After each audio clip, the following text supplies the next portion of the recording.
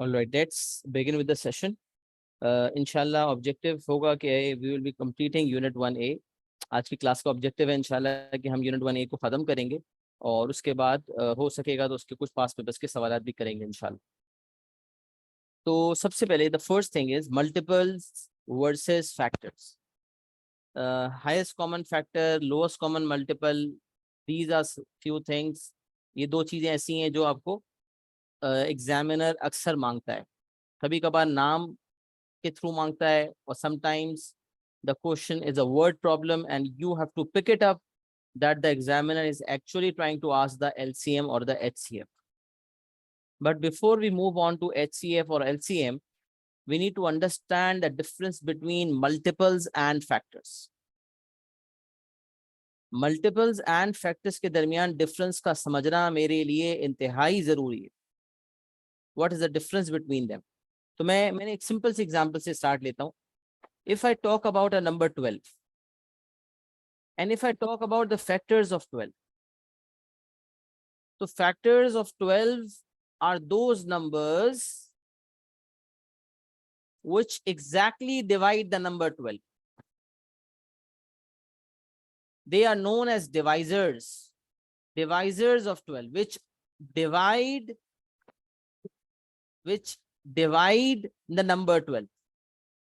ये यूं सोच लें, 12 जिन नंबर से डिवाइड होता है, जो नंबर्स 12 को डिवाइड करके एक इंटीजर देते हैं, वो नंबर्स 12 के फैक्टर्स होंगे. अब जैसे 5 है, 12 divided by 5 will give you 2.4. तो इंटीजर नहीं आया ना, द आंसर इज 2.4. हम कह लें कोई 12 को 5 से डिवाइड करता है और उसका आंसर 2.4 आ रहा है. Now this 2.4 is non integer. This is not an integer. If this is not an integer, then this 5 is not a factor.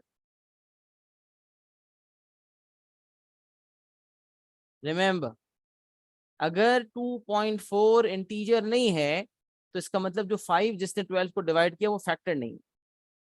तो अब याद रखें, किसी भी नंबर के factors, the factors of any number start from 1 and and at that particular number.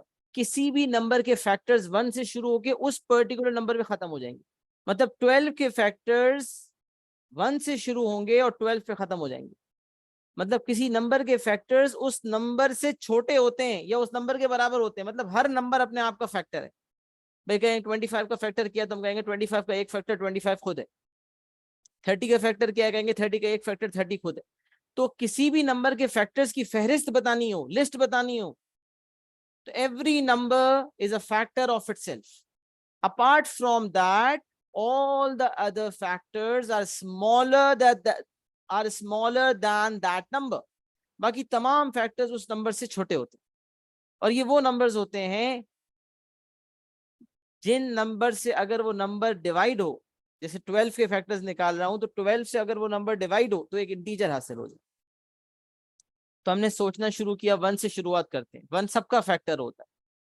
1 is a factor of all the numbers and every number is a factor of itself. तो 12 के factors की जब बात आएगी तो 1 तो होगा ही और 12 भी होगा. 12 के फैक्टर्स की बात आएगी तो 12 divided by 12 is 1. 12 upon 12 is 1. तो इसका मतलब 12 is a factor because 1 is an integer. Similarly, 12 divided by 1 will give me 12. Because 12 is an integer, this means 1 is a factor. आसान सा उसूल है. तो अब 1 और 12 तो होंगे ही होंगे. इसके अलावा और कौन से नंबर्स हैं जो 12 को एग्जैक्टली डिवाइड करते हैं, जिनसे 12 डिविजिबल है? Divisible numbers which exactly divide 12, या यूं कह लें the numbers with which 12 is divisible. अच्छा, इसको इस तरह भी कह सकते हैं, हर वो नंबर जिसके टेबल में 12 आता हो. जैसे 1 के टेबल में 12 आता है, बिल्कुल आता है. 2 के टेबल में आता है 12, हाँ भाई 2 के टेबल में 12 आता है. इस तरह भी सोच सकते हैं, एक तरीका ये भी होता है. अब 12 के, तो हमेशा याद रखें किसी नंबर के फैक्टर्स ढूंढने हो तो 1 से स्टार्ट करें. अब सोचें, टू सोचें, क्या टू फैक्टर है? तो दो तरीके सोचने के, दो तरीके सोचने के। 12 डिवाइडेड बाय 2 करते हैं तो 6 आता है। हाँ भाई, क्योंकि इंटीजर हासिल हो रहा है लिहाजा टू फैक्टर है। एक तरीका सोचने का ये है। दूसरा तरीका, 12 के फैक्टर्स ढूंढने, क्या टू फैक्टर है? तो सोचे, क्या टू के टेबल में 12 आता है? आपने कहा देखता हूँ, 2 1 जा 2, 2 2 जा 4, 2 3 जा 6, 2 4 जा 8, 2 5 जा 10, 2 6 जा 12। अरे हाँ, टू के टेबल में तो 12 आता है। तो 2 6 टाइम्स इज 12। आपने कहा जबरदस्त, क्योंकि टू के टेबल में 12 आ रहा है लिहाजा ये टू जो है मेरा फैक्टर हो जाएगा। तो फैक्टर सोचने का तरीका ये है कि कोई नंबर वो फैक्टर है या नहीं, उसके लिए ये देखें कि क्या वो नंबर जब डिवाइड होता है तो इंटीजर हासिल होता है, या ये सोच लें कि अगर ये नंबर फैक्टर, क्या ये नंबर फैक्टर है या नहीं, क्या इस नंबर के टेबल में वो ओरिजिनल नंबर आता है जिसके फैक्टर्स हम ढूंढ रहे हैं।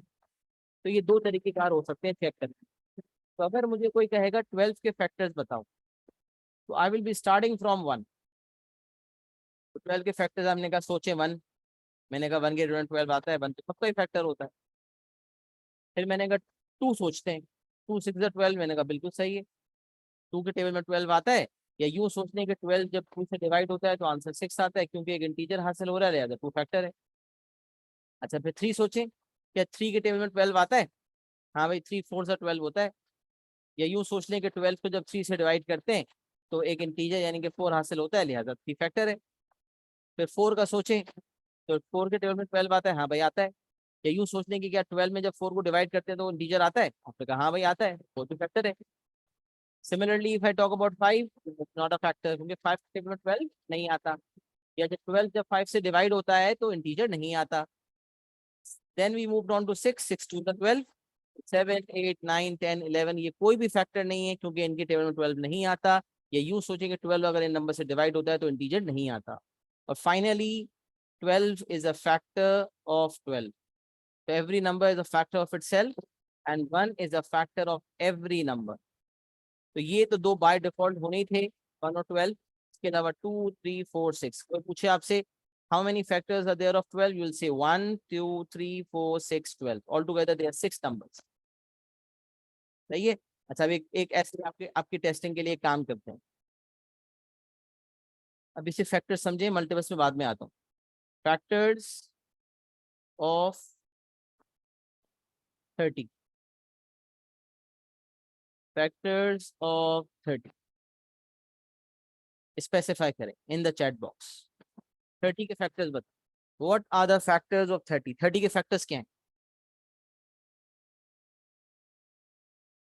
List down all the factors of 30। Type in the chat box. I'm waiting for your answer. I've explained it multiple times, so I expect that you write all the factors in the answer. एक साथ लिखें सारे।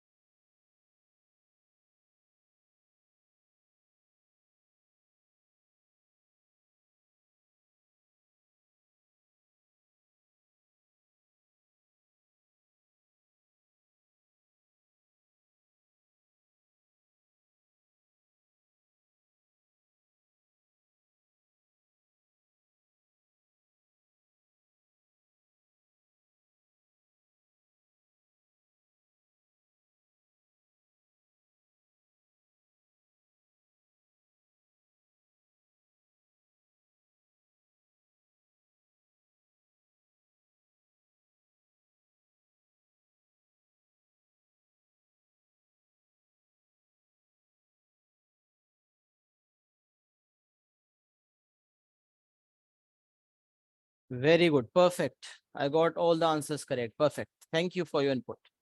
So we started from 1. Then we say 2. 2 के total में 30 आता है। 3, yes, 3 10s are 30. Then 4, no, 4 के total में 30 नहीं आता, किसी ने भी नहीं लिखा। Then 5, yes, 5 6 are 30. Then 6, yes, 6 5 are 30. Then 7 8 9 के टेबल में नहीं आता, 10 के टेबल में आता है, 10 3 are 30, so it's 10. 11 12 13 14 के टेबल में 30 नहीं आता, then 15. 15 2 30 and then 30 itself. तो ये तो बाय डिफॉल्ट थे, 1 और 30 तो बाय डिफॉल्ट थे। उसके अलावा हमने सोचा 2 3 5 6 10 15। तो very good, this means thumbs up, you people have been able to understand the concept of what factors are. किसी भी नंबर के अब आपको फैक्टर्स निकालने को कहा जाए तो आप बहुत आसानी से निकाल सकेंगे इंशाल्लाह। सही है जी, ग्रेट। अच्छा जी, अब मल्टीपल्स ऑफ 12 पे आते हैं। फैक्टर्स फैक्टर्स डिस्कस हो गए, अब मल्टीपल्स की बात करते हैं। मल्टीपल्स, देखिए फैक्टर्स तो लिमिटेड होते हैं, factors are finite. What is the meaning of finite and infinite? We must have heard finite is limited and limited जिसको क्वांटिफाई किया जाए, काउंटेबल जिसको काउंट किया जा सके, वो फाइनाइट है। और जो अनकाउंटेबल है, अनलिमिटेड है, उनको कहते हैं इनफाइनाइट। तो multiples are infinite, factors are finite. क्यों? क्योंकि अगर 12 के फैक्टर्स हैं तो बस 12 तक जितने नंबर्स हैं जो 12 जिनके टेबल में 12 आ रहा है वो काउंट होंगे, 12 पे आगे कहानी खत्म हो जाएगी। बट मल्टीपल्स ऑफ 12 का मतलब है किसी भी नंबर के मल्टीपल्स का मतलब है वो तमाम नंबर्स जो उस पर्टिकुलर नंबर के टेबल में आते हो। मल्टीपल्स ऑफ 12 का मतलब है अगर 12 के मल्टीपल्स की बात करूंगा तो वो तमाम नंबर्स जो 12 के टेबल में आते हो। तो 12 का टेबल क्या है भाई? 12 ones are 12, 12 two times is 24, 12 one times is 12, 12 two times is 24, 12 three times is 36। 12 12 12 बढ़ाते जाएंगे। हमें पता है कि multiplication is another form of addition. तो 12 थ्री टाइम्स का मतलब है 12 three times added, 12 one times, 12 एक दफा, 12 टू टाइम्स इज 24। कॉन्सेप्ट सोचें, दो भाई हैं, 12 रुपए पहले भाई को मिले, 12 रुपए दूसरे भाई को मिले, दोनों को मिला के कितने पैसे मिले? 12 प्लस 12 मेक्स इट 24। तो 12 टू टाइम्स इज 24, मतलब 12 को दो दफा ऐड किया गया। 12 प्लस 12, 12 थ्री टाइम्स इज 36, मतलब 12 three times, this means 12 added thrice. 12 plus 12 plus 12, अक्सर बच्चे से कहते हैं ना टेबल्स हमारे पक्के नहीं है। टेबल है क्या चीज? मल्टीप्लीकेशन है ही एडिशन, निकली एडिशन से। 12 फोर टाइम्स इज 48, तो 36 तो पता था, उसमें 12 और ऐड कर लें। 12 फाइव टाइम्स इज 60, इसमें 12 और ऐड कर लें। तो 12 ऐड करते चले जाएं, 12 सिक्स टाइम्स इज 72। तो ये देखें 12 one times, 12 two times, 3 times, 4 times, 5 times, 6 times, this story will go on and on and on। 12 8 times is this, 12 9 times is this, 12 10 times is 120, 12 11 times is 132, and the story will go on and on। This means multiples will never stop, multiples will never stop। So किसी भी number के multiples का मतलब है उस number का table. अब मैं आपसे कहूं right down the multiples of 6, तो जरा लिखें, बताएं, कुछ मल्टीपल्स स्पेसिफाई करें, मल्टीपल्स ऑफ 6।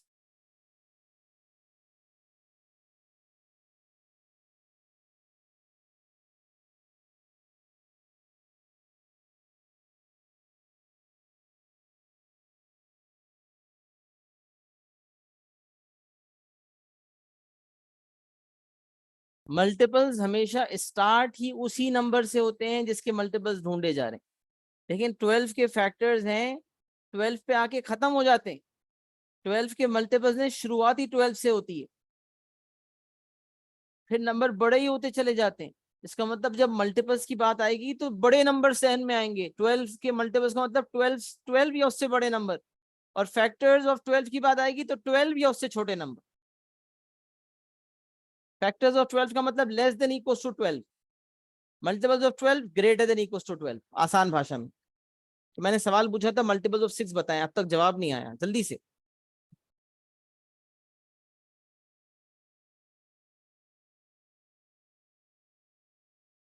वेरी गुड, सबने 60 तक बयान कर दिए, जबरदस्त। 6, 12, 18, 24, 30 and so on. 36, 42, 48, then 54. एक गलती किसी ने लिख दी है तो 54 है वो, 54 and then 60.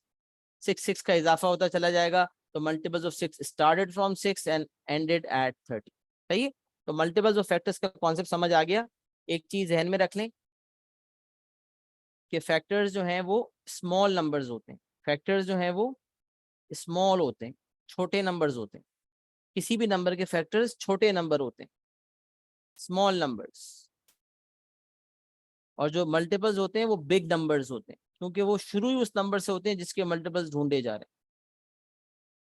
फैक्टर्स छोटे नंबर, वो नंबर या उससे जिस नंबर के फैक्टर्स ढूंढ रहे हैं वो नंबर या उससे छोटे 1 तक. और मल्टीपल्स बड़े नंबर्स होते हैं, 12 से शुरू होते हैं और बाद तक जाते हैं. अच्छा, आ जाते हैं प्रोडक्ट ऑफ प्राइम फैक्टर्स. एक इंस्ट्रक्शन एग्जामिनर अक्सर हमें देता है, express a particular number as a product of prime factors. तो वो कैसे करते हैं वो तो अभी हम समझ लेंगे इंशाल्लाह. But the first thing that we need to understand is कि प्रोडक्ट का क्या मतलब होता है. मल्टीप्लाई. जैसे 6 2 times is 12.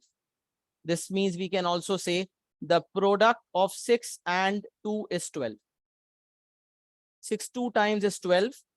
This means we can say the product of 6 and 2 is 12.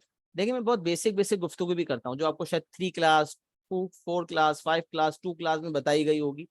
वो मैं भी रिपीट करता हूँ क्योंकि ये चीजें हमारे जहन में बाज़ औक़ात ऐसा होता है कि मैथ से ऐसा फेयर डेवलप हो जाता है कि no matter what how good you were in your basic classes, in your junior classes, but just because that fear has been developed, you tend to forget all the concepts. So I just want to eliminate that fear. Please दिमाग में डर मत रखें maths का. Maths कोई मगरमच्छ नहीं है जो आपको खा जाएगा. मैथ्स कोई शेर नहीं है जिसके सामने आप आएंगे तो वो आपको जिंदा नहीं छोड़ेगा. मैथ्स एक नॉर्मल सा सब्जेक्ट है. मसला क्या, हमारी बेसिक्स इतनी कमजोर हो चुकी होती हैं, या शायद किसी क्लास में किसी टीचर ने हमें इतना बोर किया होता है, या उसने हमें सही पढ़ाया नहीं होता, या जान नहीं लगाई होती, तो हमारे दिमाग में फेर हो जाता है यार मैथ्स में मेरा आंसर कभी सही नहीं आता. And just because of that fair you tend to lose interest, and once you lose interest then you start falling back. आप फिर पीछे रहना शुरू कर देते. तो just to ensure that this fear is no longer there in your minds, I try to cover everything from the very basics. तो please कहीं कोई सवाल हो बिला झिझक पूछें, कोई मसला नहीं. शुरू की क्लासेस हैं, बेसिक्स पे काम हो रहा है. वजह यही है कि ये बेसिक्स सॉलिड होंगी, कॉन्फिडेंस खुलेगा, आगे की चीजें भी अच्छी होंगी इंशाल्लाह. प्राइम नंबर क्या है भाई? अच्छा, आप सुने, एक एक लफ्ज में फोकस कर रहा हूँ. प्रोडक्ट ऑफ प्राइम फैक्टर्स, किसी नंबर के फैक्टर्स उससे छोटे नंबर होते हैं, ये बात हमने यहाँ कवर कर ली. अब मुझे कोई कहेगा find express 12 as a product of prime factors. Express the factor, write down the factors of 12, तो ये तो आपने लिख दी है. But express 12 as a product of prime factors, ये आप कंफ्यूज हो जाएंगे, आपको समझ ही नहीं आएगा जब मतलब, तो कैसे समझेंगे. अब मैं आपको बता रहा हूँ. प्रोडक्ट का मतलब होता है मल्टीप्लाई. फैक्टर्स का मतलब हम ऑलरेडी समझ चुके. अब प्राइम का मतलब समझना बहुत जरूरी है कि ये प्राइम नंबर्स क्या होते हैं. तो प्रोडक्ट ऑफ प्राइम फैक्टर्स का मतलब है किसी नंबर के प्रोडक्ट ऑफ प्राइम फैक्टर्स का मतलब होता है कि उसके तमाम प्राइम फैक्टर्स लिखें. अब मैं आपसे कहूं 30 के जो फैक्टर्स हैं वो कौन कौन से हैं? बहुत सारे आपने बताए. अब मुझे बताएं 30 के प्राइम फैक्टर्स कौन से हैं? ऐसे फैक्टर्स जो प्राइम नंबर्स हो. तो पहले तो समझ में आना चाहिए प्राइम नंबर्स कहते कैसे हैं, तो पहले इस पे बात कर लेते हैं. प्रोडक्ट ऑफ प्राइम फैक्टर्स का मतलब है कि उस नंबर के प्राइम फैक्टर्स खाली. तो उसके लिए समझना जरूरी है प्राइम नंबर्स क्या होते हैं. तो prime numbers a number that is divisible only by 1 and itself. ऐसा नंबर जिसके सिर्फ 2 फैक्टर्स हो. आसान भाषा में, ऐसा नंबर जिसके सिर्फ 2 फैक्टर्स हो. एक तो वो खुद होता है और एक 1 होता है. ये तो मैंने आपको बताया था ना.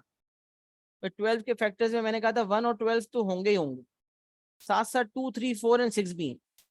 बट अगर मैं आपसे कहूँ 2 के फैक्टर्स बताओ, तो आप बोलेंगे 2 का फैक्टर सर एक तो 1 होगा और एक 2 का फैक्टर 2 खुद होगा। तो कितने फैक्टर्स हुए 2 के? 2 फैक्टर्स हुए। तो जब किसी नंबर के 2 फैक्टर्स हो, एक फैक्टर 1 हो और एक फैक्टर वो खुद हो, तो ऐसा नंबर प्राइम नंबर होता है। जिसके इन दोनों के अलावा कोई और फैक्टर्स हो ही ना, ऐसा नंबर प्राइम नंबर होता है। तो इसको इस तरह भी कह सकते हैं, अ नंबर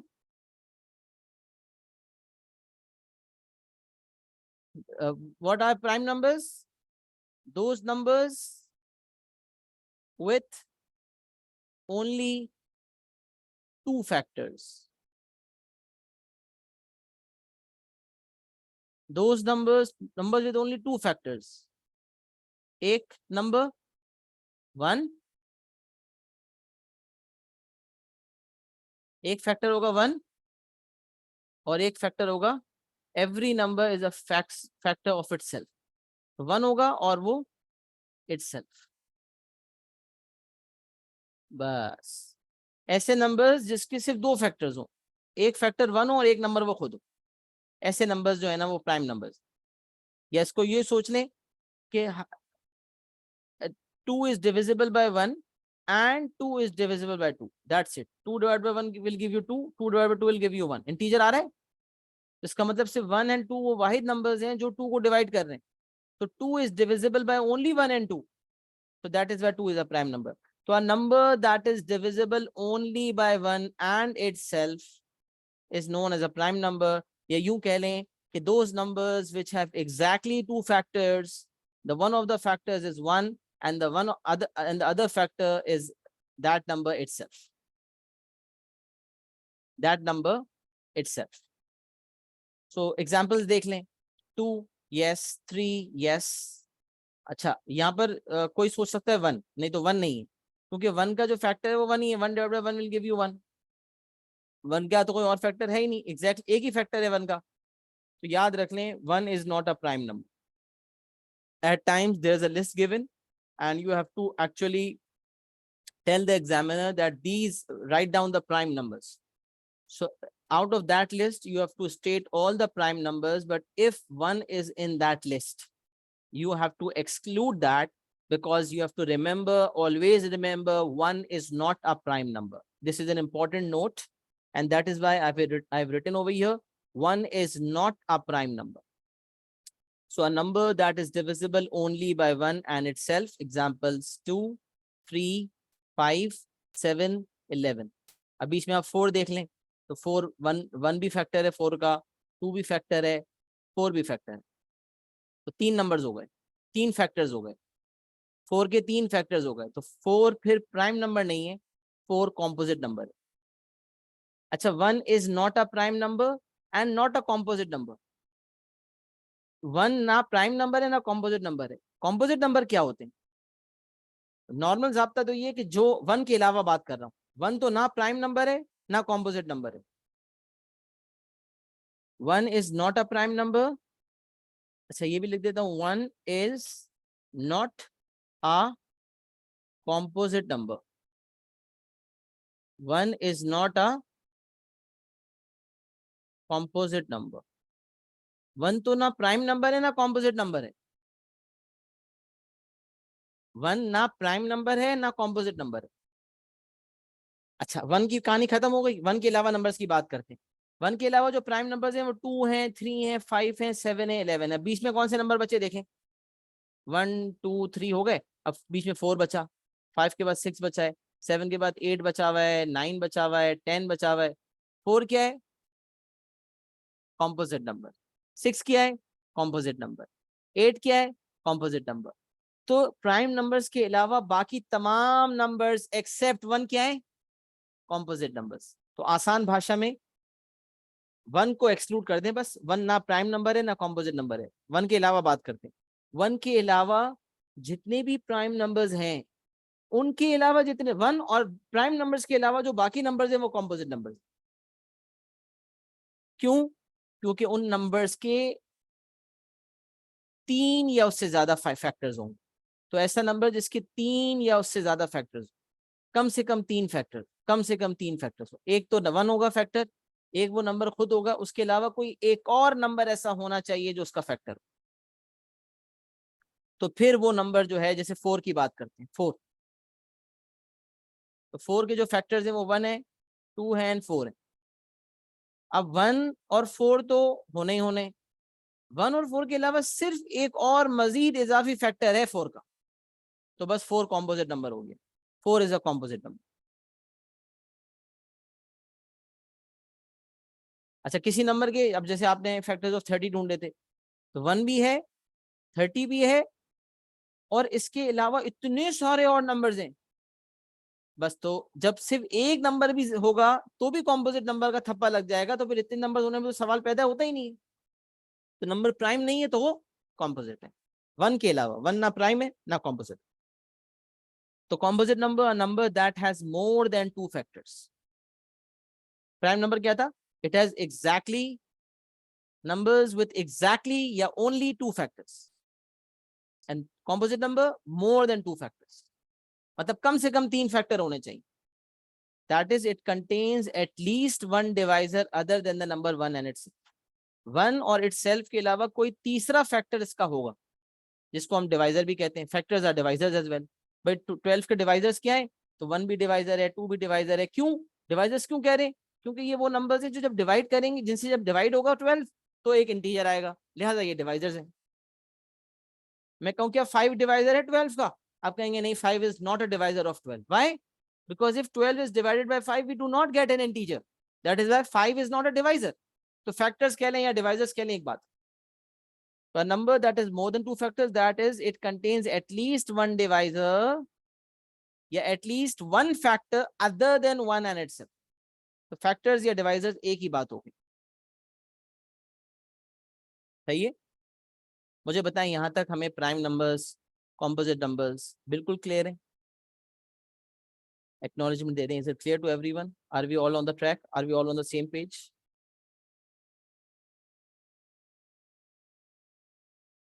ऑलराइट, ग्रेट। चलें अब मूविंग फॉरवर्ड।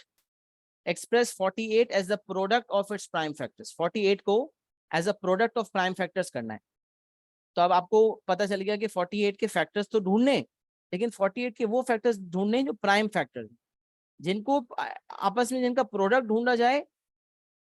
अच्छा, उसको एक्सप्रेस करना है as the product of its prime factors. अब देखें, ये चीज डिफरेंट है, ये सिर्फ फैक्टर्स ढूंढना नहीं है। तो इसके लिए सबसे पहले ना एक प्राइम फैक्टराइजेशन की वर्किंग होती है। अच्छा, जब भी हम ये वर्किंग करते हैं, बच्चे कहते हैं सर एलसीएम ढूंढ रहे हैं। तो ये बात, ये मिसकॉन्सेप्शन है। ये मैं एलसीएम नहीं ढूंढ रहा हूँ। This is known as prime factorisation. I am finding the prime factors. This is working for prime factorization. याद रखिए, this is prime factorization. This is not LCM. LCM कम से कम 2 नंबर्स का होता है। अब करते क्या है, मैं आपको बताता हूँ। 48 को यहाँ लिखते हैं और अब वर्किंग शुरू करते हैं। सबसे छोटे प्राइम नंबर से शुरुआत करते हैं और सिर्फ प्राइम नंबर सोचने, इसके अलावा कोई और नंबर सोचना ही नहीं। अब बोले 1 प्राइम नंबर है, नहीं 1 नहीं है। 1 के बाद बताएं, तो आपने कहा 1 के बाद 2 है भाई प्राइम नंबर। 48 ऐसा नंबर ढूंढना है जो 48 का फैक्टर भी हो और प्राइम नंबर भी हो, क्योंकि we have to find the prime factors only. Prime factorisation means we have to find the prime factors only. तो 48 के प्राइम फैक्टर्स बताएं आप। तो 48 का प्राइम फैक्टर, पहला फैक्टर जो 48 का है ना प्राइम फैक्टर, वो 2 है। तो आप कहेंगे 2। फिर आपने क्या, अच्छा अब करना क्या है? 2 के टेबल में 2 how many times will give us 48? इसके लिए शॉर्ट हैंड डिवीजन भी होती है, 1 बाय 1 चलते हैं। 2 हाउ मेनी टाइम्स इज 4? तो 2 2 times is 4। 2 how many times is 8? तो 2 4 टाइम्स इज 8। तो 24 बच गया। तो आपने यहाँ लिख दिया 2 24 टाइम्स इज 48।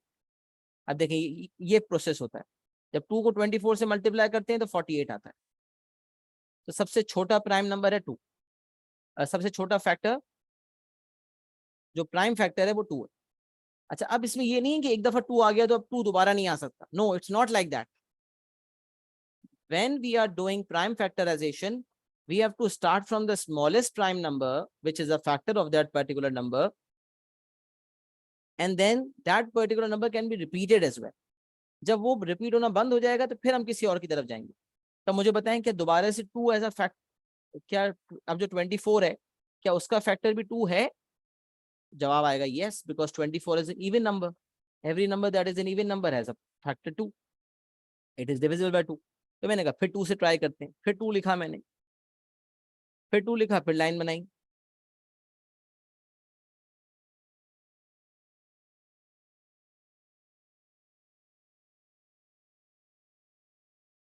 अब देखें जरा, 2 के टर्म में 24 आता है? हाँ भाई आता है। कैसे आता है? 2 1 टाइम्स इज 2, 2 2 टाइम्स इज 4, क्या बचा? 12। तो नीचे लिख दिया आपने 12। फिर आगे आ जाए, मुझे बताएं अब कौन सा फैक्टर होगा, अब कौन सा नंबर लेंगे?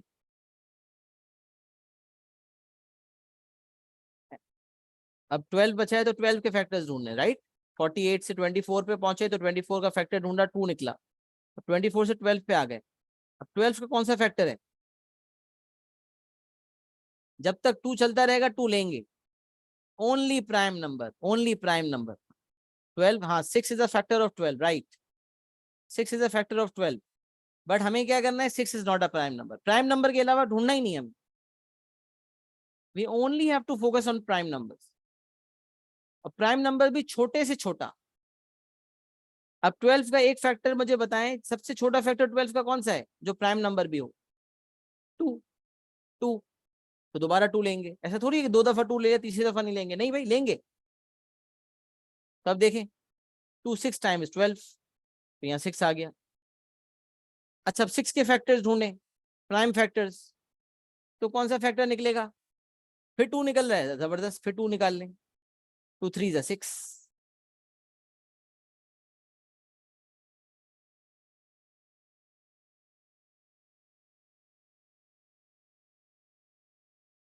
अब क्या करें? अब 3 बच गया। अब 3 तो खुद एक प्राइम नंबर है, तो प्राइम नंबर का जो प्राइम फैक्टर होगा वो 3 ही होगा। तो यहाँ आ जाएगा 3, एंड यहाँ आ जाएगा 1। 3 1 is 3। तो अब ये तमाम जो नंबर्स की फहरिस्त आई है, just check it out that these all are prime numbers, and if you are going to take a product of this we will get 48। So this means 2 1 times, 2 times, 3 times, 4 times, right? 2 has to be multiplied 4 times. अच्छा 2 4 times is 2 4 times से ये ध्यान में आ रहा होगा, 2 4 times is 8। No, ये वाली चीज नहीं। 2 is being multiplied 4 times। जो 2 4 times होता है ना, उसका मतलब होता है 2 is being added 4 times। लेकिन अभी 2 to the power of 4 की बात हो रही है। 2 is being multiplied 4 times। 2 is being added 4 times का मतलब होता है 2 4 times। बस 2 is being multiplied 4 times। तो अब मुझे कोई कहता है 48 के प्राइम फैक्टर्स बताओ, तो मैं क्या बताऊंगा पता है? 2 times, 2 times, 2 times, 2 times 3। तो ये मैंने प्राइम फैक्टराइजेशन कर दी। Express 48 as the product of prime factors. तो बहुत सारे फैक्टर्स हैं प्राइम फैक्टर्स जो आपस में क्या हो रहे हैं? मल्टीप्लाई हो रहे हैं। तो हमें प्रोडक्ट देना था, हमने प्रोडक्ट दे दिया। हमें प्राइम फैक्टर्स देने थे, तो आप देख लें 1 2 3 4 5, ये तमाम फैक्टर्स प्राइम नंबर्स ही तो हैं। अच्छा एक तो इस तरह से लिखने का तरीका होता है, खोल के लिख दें, आप एक दफा चेक भी कर लें। 2 2 जा 4, 4 2 जा 8, 8 2 जा 16, 16 3 जा 48। अल्टीमेटली अगर मैं सबको मल्टीप्लाई कर दूं, 2 2 जा 4, 4 2 जा 8, 8 2 जा 16, 16 3 जा 48, तो 48 आएगा। इसका मतलब मैंने प्राइम फैक्टराइजेशन बिल्कुल सही की है। एक लिखने का तरीका ये होता है, और एक और ज्यादा बेहतर अंदाज होता है, वो इस तरह से होता है 2 to the power of 4 multiplied by 3। This is a better way of writing the answer। ये मेरा आंसर होगा। तो मुझे कोई कहता है express 48 as a product of its prime factors, तो मैं बहुत आसानी से कर सकता हूं। मुझे बताएं ये प्राइम फैक्टराइजेशन की वर्किंग समझ आ गई है?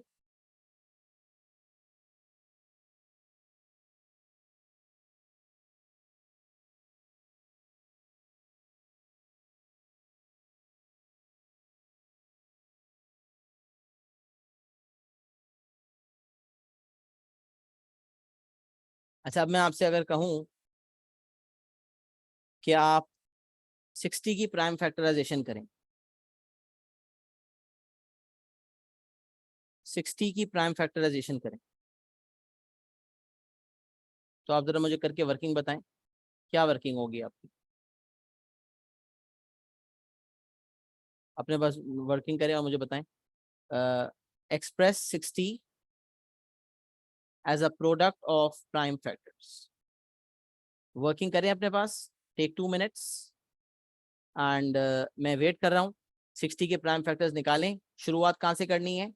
शुरुआत हमेशा छोटे से छोटे प्राइम नंबर से होती है और वो 2 है। जरूरी नहीं है कि हर दफा 2 हो, कभी 2 हो सकता है, कभी नहीं हो सकता। जब 2 की लाइन खत्म हो जाए तो फिर अगला प्राइम नंबर, 2 के बाद जो प्राइम नंबर आता है वो 3 है। 3 खत्म हो जाए तो फिर 3 के बाद अगला प्राइम नंबर 5 है। 5 खत्म हो जाए तो अगला प्राइम नंबर 7 है। बीच में 4 भी आता है, 6 भी आता है, वो प्राइम नंबर्स नहीं है, उसको हम नहीं लेंगे। We will only take prime factors, बस ये याद रख लें। अब शुरुआत करें। I am giving you 2 minutes and then type the answers. Express 60 as a product of prime factors. Quickly.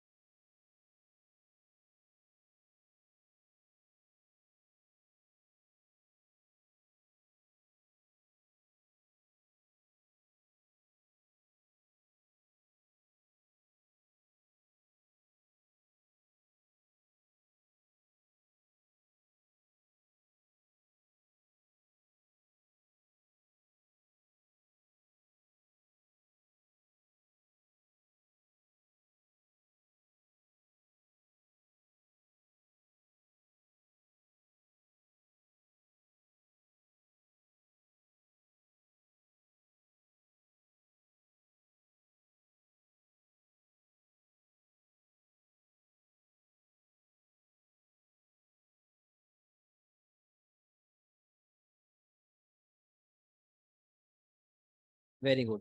I've got the correct answers starting from 2. 230 times is 60. Short hand division, तो 2 3 6 और 0 का 0, 2 0 0, 30 हो गया। फिर 2 15। अच्छा, अब 2 जो है मजीद, 2 is not a prime number, prime factor of 15। 3 3 5 15। Then 5 में 5 भी है, 5 1 5।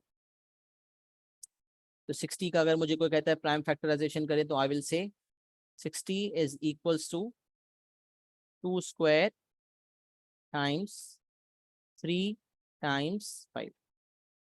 Very good, perfect. इसका मतलब आप लोगों को प्राइम फैक्टराइजेशन करना आ गई।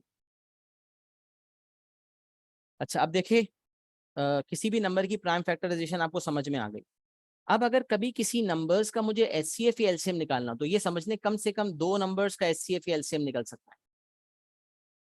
क्यों? क्योंकि HCF means highest common factor and LCM means lowest common multiple. अभी जो लाइंस है ना, ये आपको थोड़ी देर बाद समझ आएंगी। For LCM take all numbers with highest power, for HCF take common numbers with lowest power. ये जो हमारा जो ओ लेवल्स या आईजीसीएसई का जो टेक्निक है वो ये है कि whenever we have to find HCF और LCM of few numbers, firstly we do the prime factorization of all the given numbers. जैसे let's suppose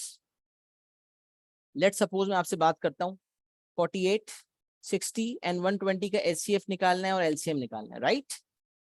तो सबसे बेस्ट अप्रोच ये है कि आप 48 की प्राइम फैक्टराइजेशन कर लें, 60 की कर लें, 120 की कर लें। अब 48 की प्राइम फैक्टराइजेशन आपने कर ली, 60 की प्राइम फैक्टराइजेशन हो गई है। अब अगर आप 120 की प्राइम फैक्टराइजेशन करते हैं उसी तरह, तो आपको यहाँ नजर भी आएगा कि 120 का से अगर आप शुरू करते हैं, लेट सपोज, तो 260 टाइम्स इज 120, और फिर 60 की तो सारे वर्किंग आपने की हुई है, तो आपको पता चल गया कि 120 में एक इजाफी फैक्टर है और वो 2। बाकी सारे 120 के फैक्टर्स वही हैं जो 60 के फैक्टर्स थे। तो ये शॉर्टकट हो गया, रादर देन कि आप पूरा करें। आपको जब नजर आ गया कि 260 था, 120 पे 60 नजर आ गया, 60 के सारे फैक्टर्स तो आप कर ही चुके हैं, तो आपने यहाँ वर्किंग की, आपने 120 लिखा, 2 टाइम्स 60 इज 120। आपने कहा एक एक्स्ट्रा फैक्टर 2 आया, बाकी तो 60 है। अब 60 के फैक्टर्स ढूंढेंगे तो यही सारी कहानी चलेगी, यही चेंज चलेगी। तो अब आप समझ गए कि 120 के जो फैक्टर्स हैं वो 1 टाइम्स 2, एक 2, 2 2, 3 2 हो गए, बाकी एक 3, एक 5। तो आपने लिख दिया 2 to the power of 3, 2 to the power of 3 multiply by 3 multiply by 5। तो एक एक्स्ट्रा 2 था, 60 में 2 पावर 2 था, तो 120 में 2 पावर 3, बस दैट्स इट। तो ये शॉर्टकट हो गया। तो अब तरीका ये होता है कि whenever we have to find, one of the methods is, and this is the best way, right, which the examiner wants us to use, this is the best way। और अक्सर ऐसा होता है कि अगर 3 नंबर्स का एचसीएफ या LCM निकालना है, तो दो नंबर्स के की प्रोडक्ट, दो नंबर्स की प्राइम फैक्टराइजेशन दी हुई होती है, थर्ड की हमें निकालनी होती है, या बाजों का सारे नंबर्स की प्राइम फैक्टराइजेशन दी हुई होती है और हमें सिर्फ एचसीएफ एलसीएम निकालना होता है। And there are multiple ways of testing this concept, and inshallah that when we are going to move on to the past tables we'll check it out। लेकिन जो बेस्ट तरीका जो है वो ये है कि अगर हमें कुछ नंबर्स का एचसीएफ या एलसीएम निकालना है, तो पहले हम सबकी प्राइम फैक्टराइजेशन कर लें और फिर उसको अपने सामने हम लिख लेते हैं। अब जैसे अगर मैं आपसे कहता हूँ 48, 60 एंड 120 का आप एचसीएफ एंड एलसीएम निकालें, तो पहले तो आपने सबकी प्राइम फैक्टराइजेशन करनी है, वो आपने कर ली, 2 पावर 4 मल्टीप्लाई बाय 3। 60 की आपने करनी थी 2 स्क्वायर टाइम्स 3 टाइम्स 5। 120 की आपने करनी है 2 क्यूब टाइम्स 3 टाइम्स 5। अब now you have to find HCF and LCM. What you are going to do?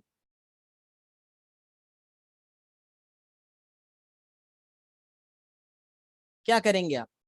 तो अगर मैं आपसे पहले कहता हूं भाई एचसीएफ निकालें,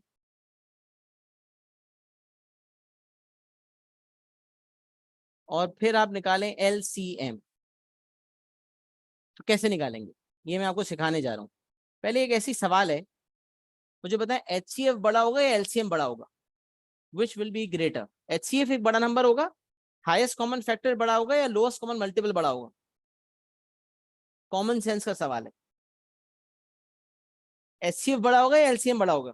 हाईएस्ट कॉमन फैक्टर एक बड़ा नंबर आएगा, मैं एचसीएफ भी फाइंड करूंगा, एलसीएम भी फाइंड करूंगा, तो बड़ा नंबर कौन सा होगा? Which number will be bigger? Highest common factor बड़ा नंबर होगा या लोएस्ट कॉमन मल्टीपल बड़ा नंबर होगा? रिस्पॉन्ड करें।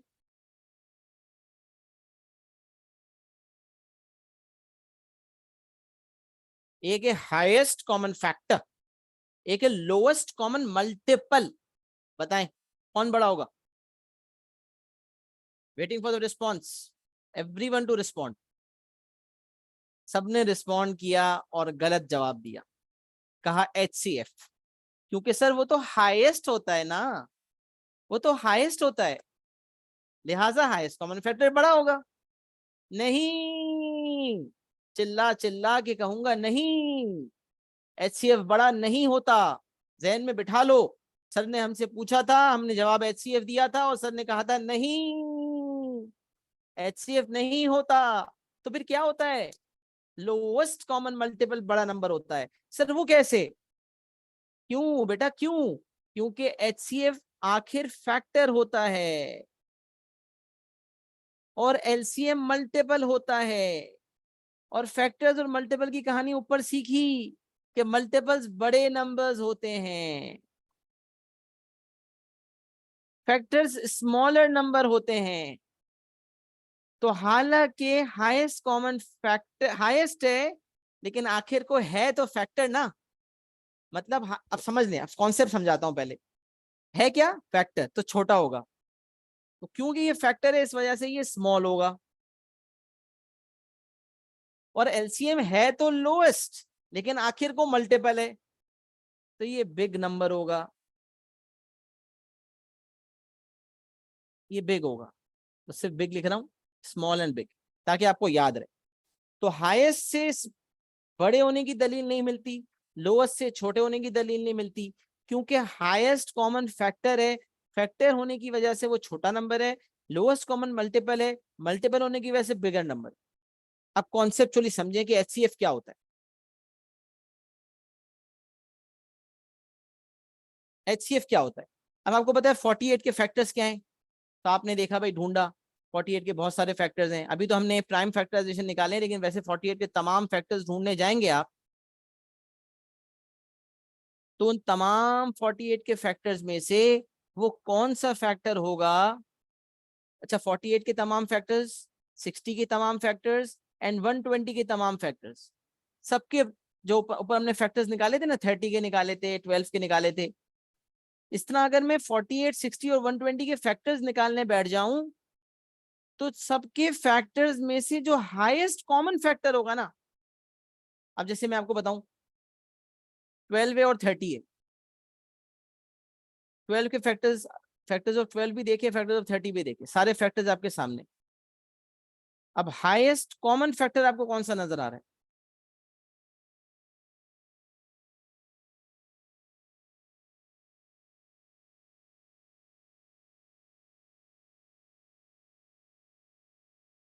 एक मिनट, वर्किंग करें 2 to 4, 4 3 12, हाँ तो सही है। और वो हो जाएगा 2 15 5 15 फिर 5,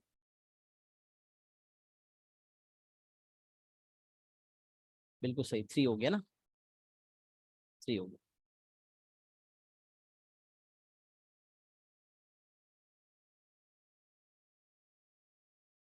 अच्छा 3 हो गया, 6 हो गया, 6, 2 3 6, सही है, बेहतरीन। अच्छा अब देखें, यहाँ पर आप देख सकते हैं 12 और 30 के फैक्टर्स देख लें आप। 12 के फैक्टर्स में 1 है, 2 है, 3 है, 4 है, 6 है, 12 है। 30 के फैक्टर्स में 1 है, 2 है, 3 है, 5 है, 6 है, 10 है, 15 है, 30 है। अब मैं बोलूँ कौन कौन से कॉमन फैक्टर्स हैं? आपको इनसे नजर आ रहा है कि एक कॉमन फैक्टर 2 है, दोनों जगह नजर आ रहा है। एक कॉमन फैक्टर 3 है, दोनों जगह नजर आ रहा है। एक कॉमन फैक्टर 6 है, दोनों जगह नजर आ रहा है। इसके बाद कोई कॉमन फैक्टर है? 12 और 30 का कोई कॉमन फैक्टर है इसके बाद? जवाब है नहीं, कोई और कॉमन फैक्टर नहीं है। तो मैं आपसे पूछूं, इन दोनों नंबर्स में हाईएस्ट कॉमन फैक्टर क्या है? आप बोलेंगे 6।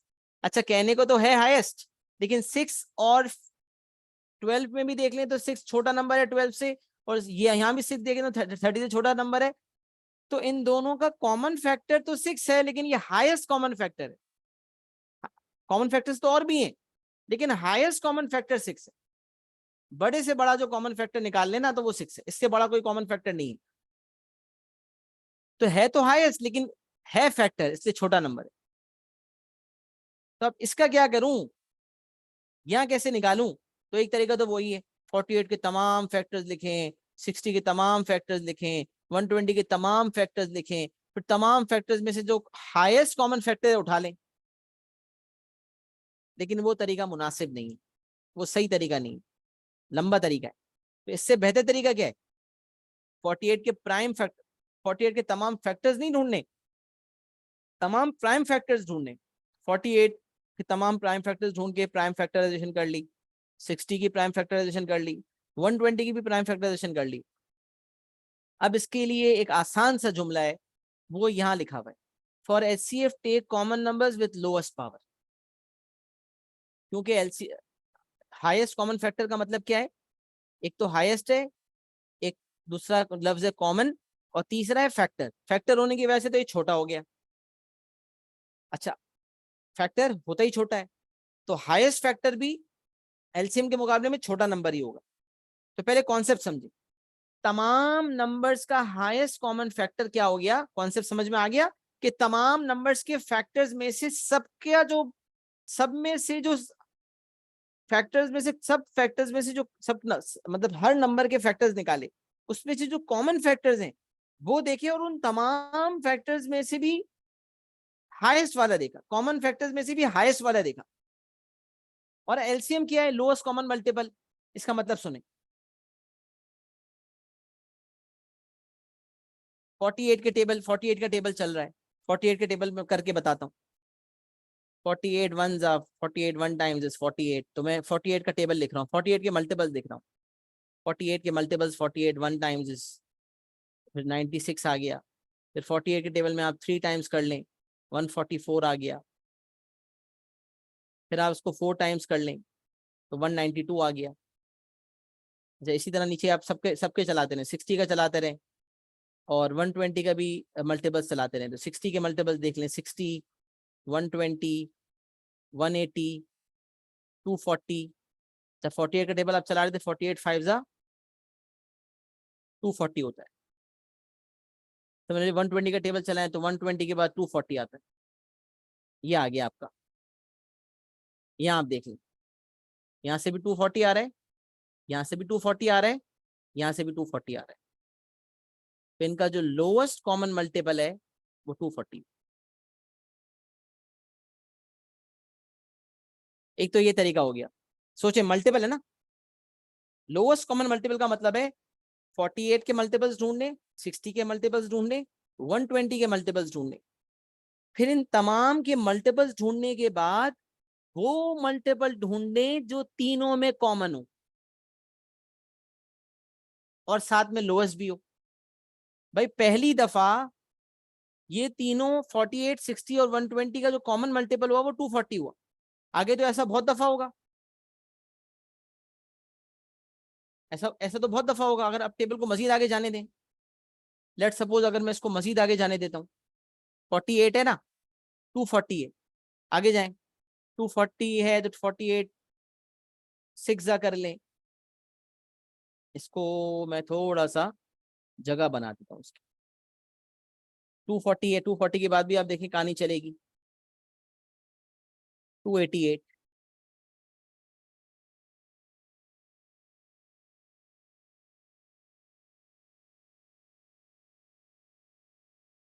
फिर 48 7 टाइम्स 336,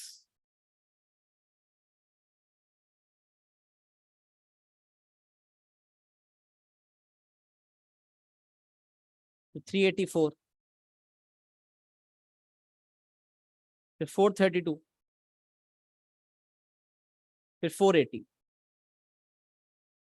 480 तक ले गया कहानी को। 480 पे आके फिर सेम होंगे। 480 भी इनका कॉमन मल्टीपल होगा, देखें 240, 300, 360, 420, 480। यहाँ देखें 240, 360, 480। अब देखें यहाँ पर 48 की मल्टीपल्स की लिस्ट देखी हमने, ये 48 की मल्टीपल्स की लिस्ट। फिर हमने 60 की मल्टीपल्स की लिस्ट देखी, फिर हमने 120 के मल्टीपल्स की लिस्ट देखी। अब मल्टीपल्स की लिस्ट के अंदर 48 का टेबल चल रहा था, 240 आया। 60 का टेबल चल रहा था, 60 के मल्टीपल चल रहे थे, 240 आया। 120 का टेबल चल रहा था, 240 आया। तो ये 240 जो है ना, इन तीनों का क्या है, कॉमन मल्टीपल है। और ये कॉमन मल्टीपल पहली दफा आया है, तो this is the lowest common multiple. इसके बाद अगर 48 का टेबल चलता चला जाएगा तो एक वक्त आएगा कि 48 के टेबल में 480 आएगा। 60 का टेबल चलता चला जाएगा तो एक वक्त आएगा 480 आएगा, 120 का टेबल चलेगा तो एक वक्त आएगा कि उसका मल्टीपल भी 480 आएगा। तो 480 is also a common multiple, 480 भी कॉमन मल्टीपल है, लेकिन ये लोएस्ट कॉमन मल्टीपल नहीं है, क्योंकि लोएस्ट कॉमन मल्टीपल तो 240 गुजर चुका ना। अब लोएस्ट तो एक ही दफा आएगा, बस लोएस्ट नंबर हो गया, लोएस्ट मल्टीपल 240 हो गया, अब दोबारा लोएस्ट तो नहीं होगा ना। अच्छा, अब आपसे कोई पूछे हाईएस्ट कॉमन मल्टीपल निकालो, HCM निकालो, HCM निकालो, इज दैट प्रैक्टिकली पॉसिबल? कोई आपसे पूछे HCM निकालो, हाईएस्ट कॉमन मल्टीपल निकालो, भाई लोएस्ट कॉमन मल्टीपल नहीं, highest common multiple. Highest common multiple किसी का बाप भी ढूंढ नहीं सकता। No one can find the highest common multiple. Why? Because mathematics never stops. मैं कहूँ 6 की टेबल कहां तक चलेगा? 6,000 times 6,000, 1 lakh times 6 lakh, करोड़ों अरबों खरबों, millions, billions, trillions. The mathematical counting goes on and on and on. It never stops. जब गिनती कभी रुकनी ही नहीं है तो फिर हाईएस्ट कॉमन मल्टीपल का फैसला कोई भी नहीं कर सकता। तो यहां से हमें पता चला, यहां से हमें एक बात पता चली कि लोएस्ट कॉमन मल्टीपल हो सकता है, हाईएस्ट कॉमन मल्टीपल नहीं हो सकता। सही है, we can not find highest common multiple. तो मल्टीपल का कॉन्सेप्ट क्लियर हो गया, लोएस्ट तो है लेकिन है क्या मल्टीपल? तो 48 का टेबल चलेगा, 60 का टेबल चलेगा, 120 का टेबल चलेगा। उनका टेबल चलने के बाद सबके मल्टीपल्स आएंगे, उन सबके मल्टीपल्स बड़े बड़े नंबर्स होंगे। उन बड़े बड़े नंबर्स में से एक कोई नंबर जो सबसे पहले आएगा कॉमन, उसको हम कह देंगे कि ये लोएस्ट कॉमन मल्टीपल है तो लोएस्ट लेकिन आखिर है मल्टीपल, इसलिए बड़ा नंबर है, तो एलसीएम बनेगा 240। इसी तरह मैंने आपको बताया कि फैक्टर्स ऑफ 12 एंड 30 के लिए आपने क्या किया, 12 के सारे फैक्टर्स निकाल लिए, 30 के तमाम फैक्टर्स निकाल लिए। 12 के फैक्टर्स, आपका जो हाईएस्ट कॉमन फैक्टर आया 12 का 6, और यहां से आपका हाईएस्ट कॉमन फैक्टर आया 6। तो आपसे कोई पूछे HCF ऑफ 12 एंड 30 निकालो, तो आपसे कोई पूछे HCF ऑफ 12 एंड 30 निकालो, यही लिख देता हूं बल्कि, HCF of 12 and 30, you will say 86। है तो हाईएस्ट लेकिन है क्या फैक्टर? तो मैंने 30 के तमाम फैक्टर्स और 12 के तमाम फैक्टर्स में से हाईएस्ट कॉमन फैक्टर ढूंढ लिया, वो 6, इसके अलावा नहीं। तो ये भी यहां भी ये कर सकते थे कि 48 के तमाम एक्चुअल फैक्टर्स लिखते, प्राइम फैक्टर्स नहीं, 48 के एक्चुअल फैक्टर्स लिखते, 60 के एक्चुअल फैक्टर्स लिखते, 120 के एक्चुअल फैक्टर्स लिखते, उसमें से हाईएस्ट फैक्टर उठा लेते। इसी तरह वो एक तरीका हो सकता था, बट उसको हम फॉलो नहीं कर रहे। दूसरा तरीका क्या हो सकता है 48 के एलसीएम निकालने के लिए? एलसीएम निकालने के लिए पहला तरीका क्या है, 48 के मल्टीपल्स ढूंढें, 60 के मल्टीपल्स ढूंढें, 120 के मल्टीपल्स ढूंढ लें, और जो सबसे पहला कॉमन मल्टीपल आ रहा है वो लोएस्ट कॉमन मल्टीपल उठा लें। But we are not following this method, we are going to follow these two lines which are the shortcut. ये आपका शॉर्टकट है, ये आपका शॉर्टकट है, और ये शॉर्टकट सिर्फ तब वैलिड होगा, this shortcut will only be valid when we have done prime factorization. जिन नंबर्स का HCF और LCM ढूंढना है उनकी प्राइम फैक्टराइजेशन हो चुकी है, means we have expressed every number as a product of prime factors, then only we can follow this method. अब इसको फॉलो कर लेते हैं।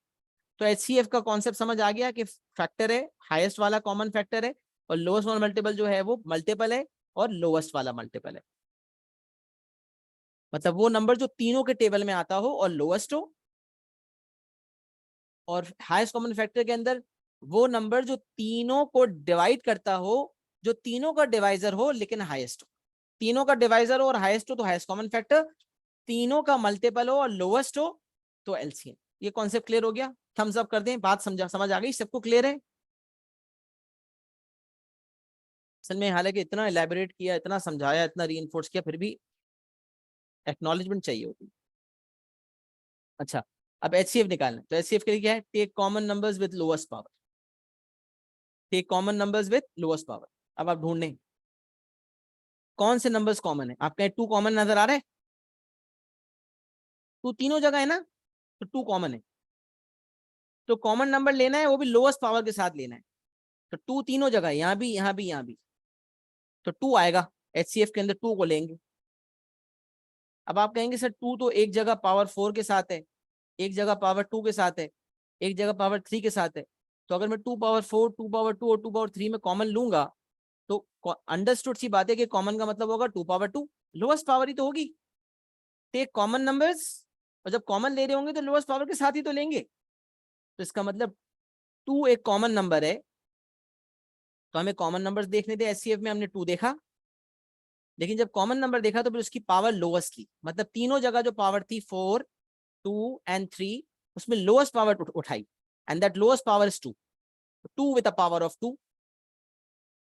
आगे आ जाए, 3 कॉमन नंबर है, हाँ भाई 3 कॉमन नंबर है, बिल्कुल कॉमन, लेकिन पावर देखिए यहाँ 3 की पावर 1, 3 की पावर 1, 3 की पावर 1, 3 की तो पावर हर जगह ही 1 है, तो स्मॉलेस्ट पावर है ही 1, तो 2 पावर्स 2 मल्टीप्लाई बाय 3। फिर आ जाए भाई 5 पे आ जाए, 5 कॉमन है, 5 कॉमन है या नहीं? तो आपने कहा 5 यहाँ पर है, यहाँ पर है, यहाँ तो 5 है ही नहीं, तो 5 तो कॉमन है ही नहीं, 5 कॉमन नहीं है, 5 is not a common factor. Common factor 2 था, तो lowest power 2, 2 to the power of 2 के साथ ले लिया। कॉमन फैक्टर 3 था, लोएस्ट पावर 1 थी। 5 तो कॉमन फैक्टर है ही नहीं, क्योंकि 60 और 120 के पास तो 5 है, लेकिन 40।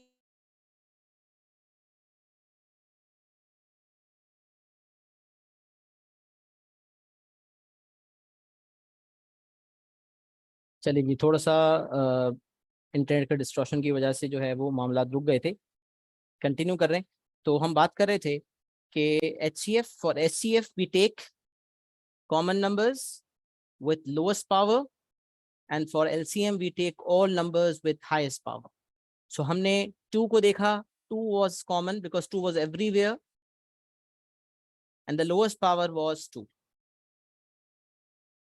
Then we saw 3. 3 was a common number and the lowest power was 1. किसी और के पास कोई और पावर थी नहीं, सबके पावर 1 ही थी। 5 was not common number because 60 के पास 5 था, 120 के पास 5 था, but 48 के पास कोई 5 नहीं था। So because 48 is not a common number, that is why हमने उसको यहां पर नहीं लेना। अच्छा, अब मैं क्या बात कर रहा था कि HCF is 2 square multiplied by 3. If the examiner has said find HCF giving your answer as a product of prime factors, then you will not have to multiply these, you will have to give this as your final answer. But if the examiner has not stated कि product of prime factors में HCF दें, सिर्फ इतना लिखा हुआ है find the HCF, तो बस अब आपने नंबर देना होगा मल्टीप्लाई करके। तो मल्टीप्लाई करें, 2 स्क्वायर, 2 स्क्वायर क्या बनता है? 2 स्क्वायर इज 4, 4 3 जा 12 बन गया, तो ये आपका जो है वो HCF हो जाएगा। तो अगर as a product of prime factors कहा जाए तो एक अलग बात होती है, लेकिन अगर आपसे कहा जाए कि as a product of prime factors नहीं, सिर्फ कहा जाए HCF निकालें, तो इसका मतलब मल्टीप्लाई करके देंगे। 2 स्क्वायर टाइम्स 3, 4 3 जा 12, your HCF will be 12। As a product of prime factors मांगा है और आपने 12 दे दिया तो आपका मार्क गया। और अगर सिर्फ कहे फाइंड HCF और आपने यह आंसर छोड़ दिया तो आपका 1 मार्क गया। सिर्फ HCF कहा है कि HCF निकालो तो ये आंसर देना, कहे HCF का आंसर दो as a product of prime factors तो ये आंसर देना। तो ये फर्क है, सही है। अच्छा, LCM की बात करते हैं। लोवेस्ट कॉमन मल्टीपल, लाइन देखें, take all numbers with highest power. LCM के लिए क्या करना है? Take all numbers with highest power, all numbers लेने हाईएस्ट पावर के साथ, take all numbers with highest power. तो आइए 1 बाय 1 करते हैं। 2 को लेना है, हाँ भाई 2 को लेना है। अच्छा, ऑल नंबर से मुराद ये है कि किसी एक के पास भी कोई नंबर है वो लेना है, चाहे वो सबके पास हो या ना हो। HCF के लिए भी only focusing on common numbers, but LCM के लिए भी are focusing on all numbers, और ऑल नंबर्स वो भी हाईएस्ट पावर के साथ।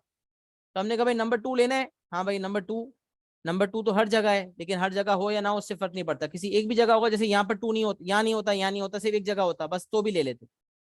लेकिन अभी तो खैर हर जगह है, तो मेरा फैसला ये करना है कि हर नंबर लेना है, चाहे कॉमन हो या ना हो, वो भी हाईएस्ट पावर के साथ लेना है।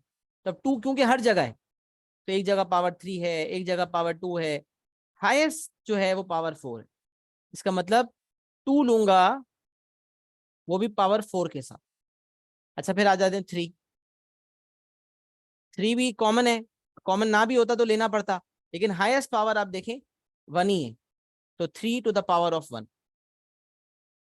अच्छा फिर आप देखें 5, 5 तो कहीं भी नहीं, 2 ही जगह पे है, तीसरी जगह नहीं है, तो एलसीएम के लिए तो कॉमन होना शर्त है ही नहीं ना, सिर्फ एक जगह भी होता तो भी लेते, तो ये तो फिर भी 2 जगह है, लेकिन फिर जब 2 जगह है तो ये देखना पड़ेगा कि हाईएस्ट किस जगह है, तो देखा दोनों जगह पावर 1 ही है, लिहाजा 5 टू द पावर ऑफ 1।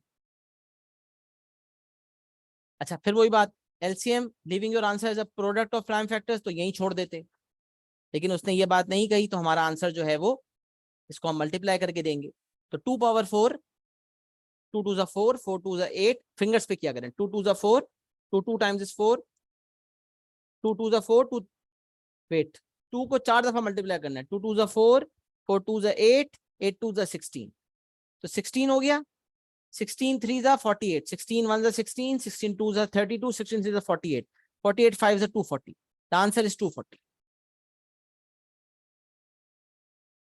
अब कैसे आपने 12 के और 30 का हाईएस्ट कॉमन फैक्टर ढूंढा था, तो वो 6 आया था, इसी तरह अगर आप 48 के एक्चुअल फैक्टर्स लिखते, 60 के एक्चुअल फैक्टर्स लिखते और 120 के एक्चुअल फैक्टर्स लिखते, तो उनके हाईएस्ट कॉमन फैक्टर 12 होता, लेकिन हमने वो मेथड फॉलो ही नहीं किया। इसी तरह अगर हम सबके मल्टीपल्स लिखते, 48 के, 60 के और 120 के, तो सबके मल्टीपल लिखने के बाद जो कॉमन मल्टीपल होता और लोएस्ट होता वो 240 होता, ये हमने यहाँ से कॉन्सेप्चुअली देख लिया था, और अभी वर्किंग की, इस स्टेटमेंट को फॉलो किया, take all numbers with highest power, तो भी 240 आया, तो ये कोइंसिडेंस नहीं है, यही कॉन्सेप्ट है, तो याद रख लें, सबसे बेस्ट तरीका यही है, इसको फॉलो करें, और कोई मेथड सिखाता ही नहीं हो, क्या कंफ्यूजन हो। बेस्ट तरीका क्या है, जब आपको एचसीएफ या एलसीएम लेना हो, प्राइम फैक्टराइजेशन करें, तो 48 60 एंड 120 सबकी प्राइम फैक्टराइजेशन की, 48 की प्राइम फैक्टराइजेशन, 60 की प्राइम फैक्टराइजेशन आपने की थी, मैंने भी करके बताई, 120 के लिए इजाफी 2 हो गया, आपको मैंने बता दिया वजह, फिर आपने जब सबके प्राइम फैक्टर्स निकाल लिए, तो आपने सबको एक साथ साथ लिख दिया 48 60 और 120 को लिख दिया सामने।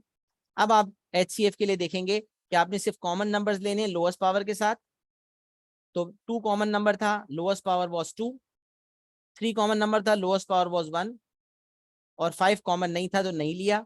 एलसीएम के लिए तमाम नंबर्स लेने, चाहे कॉमन हो या ना हो, और अगर कॉमन है तो फिर उनमें से हाईएस्ट पावर देखनी है, तो अब देखें 2 कॉमन था तो हाईएस्ट पावर 4 के साथ लिया, 3 भी कॉमन था तो हाईएस्ट पावर 1 ही थी, वही ले लिया, 5 कॉमन नहीं था सब में, क्योंकि एक के पास तो था ही नहीं, तो सिर्फ 2 के पास था, तो उन दोनों में भी देख लेंगे किसके पास हाईएस्ट पावर है, तो हाईएस्ट दोनों के पास पावर 1 ही है, तो 5 पावर 1 ही ले लिया, फिर इन सबको मल्टीप्लाई करवा दे 240, expressing as a product of prime factors कहेगा एचसीएफ या एलसीएम में, तो यहाँ आंसर छोड़ेंगे, और अगर ये प्रोडक्ट ऑफ प्राइम फैक्टर्स का एक्सप्रेसिंग की बात नहीं करेगा एचसीएफ एलसीएम में, सिर्फ कहेगा एचसीएफ या एलसीएम फाइंड करें या निकालें, तो फिर आप ये वाला आंसर देंगे, ये आपका एचसीएफ एलसीएम की कहानी मुकम्मल होगी। जनाब मुझे बताएं, ये बात आप सबको समझ आ गई है, factors, multiples, prime numbers, HCF LCM, take a screenshot and acknowledge करें, is it clear to everyone?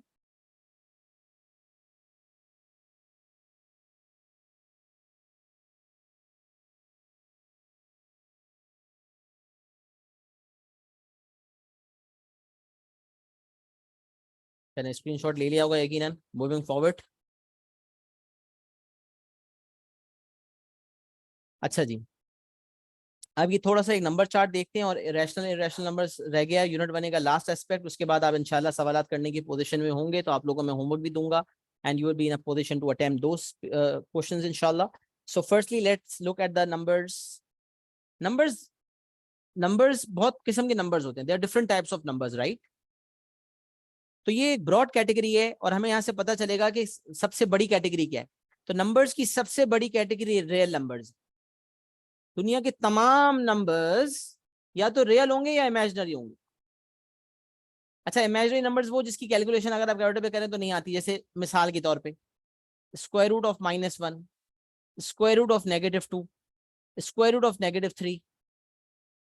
किसी भी नंबर का रूट आप ले लें, किसी भी नेगेटिव नंबर का रूट ले लें, ये मैंने इमेजिनरी नंबर की एक मिसाल आपके सामने रखी है। Root of a negative number does not exist, लिखें कैलकुलेटर पे रूट ऑफ -1, मैथ एरर आएगा। रूट ऑफ -2 मैथ एरर आएगा। एक मोड होता है कॉम्प्लेक्स मोड, उसमें जब डालेंगे तो वो आंसर आयोटा की फॉर्म में आएगा, but that is not a part of our syllabus, वो ए लेवल्स के अंदर जाके कवर होता है, अभी उस पर हम बात नहीं करेंगे। तो रूट ऑफ -2 अगर आप लेते हैं तो मैथ एरर आपका क्या देगा, इसका मतलब ये नंबर एग्जिस्ट ही नहीं करता, और ये एक इमेजिनरी नंबर है। इमेजिनरी नंबर को समझने के लिए एक आयोटा वाली चीज होती है, वो ए लेवल्स वालों को सिखाई जाती है, आपके काम की नहीं है। उसके अलावा तमाम नंबर्स, आप बोले भाई decimal number, fractional number, whole number, mix number, ये सब नंबर्स जो हैं वो कौन से नंबर्स हैं, ये रियल नंबर। अच्छा, रियल नंबर्स की क्लासिफिकेशन, दो दो ब्रॉड क्लासिफिकेशन है, मतलब there two subsets of real numbers. Subset का कॉन्सेप्ट इंशाल्लाह सेट्स में और समझ आएगा, लेकिन आप समझ लें वो क्या होता है, एक सेक्शन होता है, एक चैप्टर होता है, उसका एक सब टॉपिक होता है। इसी तरह एक सेक्शन होता है, उसका सब सेक्शन होता है। चैप्टर का सब टॉपिक होता है, सेक्शन का सब सेक्शन होता है। इस तरह एक सेट का सब सेट होता है, उसका बेबी सेट। जैसे we are the subsets of our parents, parents से आए ना हम, पेरेंट्स हमसे बड़े। Our parents, our fathers are a subset of our grandfathers. तो हम जो है, हम ग्रैंडफादर से नीचे जितनी चेन होगी ना, वो तमाम कहलाएंगे सब। तो अब यहाँ पर दो किस्म की नंबर्स की कैटेगरी है, रियल नंबर्स हैं या इमेजिनरी नंबर्स। इमेजिनरी नंबर तो वो हैं जिसमें मैथ एरर आ रहा है, कैलकुलेट ही नहीं हो पा रहे, जैसे root of -1, root of -2, root of -3। उसके अलावा तमाम नंबर्स रियल। अच्छा, रियल में दो किस्म की टाइप्स हैं, या तो नंबर्स इरेशनल होंगे या रैशनल होंगे। अच्छा, बाकी इस रैशनल ये वाली कैटेगरी बहुत ब्रॉड है, क्योंकि फ्रैक्शन हो गए, proper fraction, improper fraction, integers हो गए, होल नंबर्स हो गए, नेचुरल नंबर्स हो गए, ये सब रैशनल नंबर। और इरेशनल नंबर्स क्या है, ये सवाल पैदा होता है। तो पहले इसका डिफरेंस क्लियर कर लेते हैं, rational and irrational numbers. Rational numbers, numbers that can be expressed as a fraction or ratio of two integers, that is a upon b, where a and b are integers. ऐसे numbers जो fraction form में लिखे जा सकें वो rational numbers हैं, और ऐसे नंबर्स जो फ्रैक्शन फॉर्म में ना लिखे जा सकें वो इरेशनल नंबर्स हैं। A number that can be expressed as a fraction or a ratio, देखिए ना 2/3, आपको ये बात पता होनी चाहिए कि 2/3 कैन बी रिटन एज 2/3। ये आपका फ्रैक्शन हो गया, ये आपका रेशो हो गया। तो हर रेशो को फ्रैक्शन फॉर्म में लिख सकते हैं, हर फ्रैक्शन को रेशो फॉर्म में लिख सकते हैं। तो any number that can be written as a fraction is a rational number, and any number that can not be written as a fraction is an irrational number. हर वो number जो as a fraction लिखा जा सके वो rational, हर वो number जो as a fraction express ना हो सके वो इररेशनल। अच्छा, अब इसमें क्या हुआ, तो सबसे पहले रैशनल के अंदर आप देख रहे हैं फ्रैक्शंस। फ्रैक्शन की तो हमने काफी कैटेगरी देखी, vulgar fraction, decimal fraction, proper fraction, improper fraction. तो किसी भी किस्म का फ्रैक्शन जो है वो रैशनल नंबर है, क्योंकि वो फ्रैक्शन फॉर्म में लिखा हुआ है, इसलिए वो रैशनल नंबर है। अच्छा, इस रैशनल नंबर्स में इंटीजर्स भी आते हैं। अब बच्चा बोले सर ये इंटीजर्स कैसे रैशनल है, अब जैसे एक नंबर 2 है, ये इंटीजर है, सर ये कैसे रैशनल है, ये तो फ्रैक्शन फॉर्म में नहीं है, ये तो होल नंबर है। हर होल नंबर के नीचे 1 होता है। If there is nothing in the denominator there is 1, ये बात भी बता चुका हूं। तो every integer, every whole number has a 1 in the denominator, this means it can be called a fraction with a denominator of 1. Rational numbers की definition कहती है numbers that can be expressed as a fraction और ratio of two integers. इससे पता चला कि fraction भी ऐसा जिसका न्यूमरेटर भी इंटीजर हो, डिनोमिनेटर भी इंटीजर हो। इंटीजर मतलब होल नंबर। अच्छा, होल नंबर इंटीजर में भी फर्क है, मैं आपको थोड़ा बताता हूँ। इंटीजर्स पता है क्या है, इंटीजर्स में 0 भी आता है, 0, 1, 2, 3 एंड सो ऑन। और अगर यहां देखा जाए तो -1, -2, -3 and so on.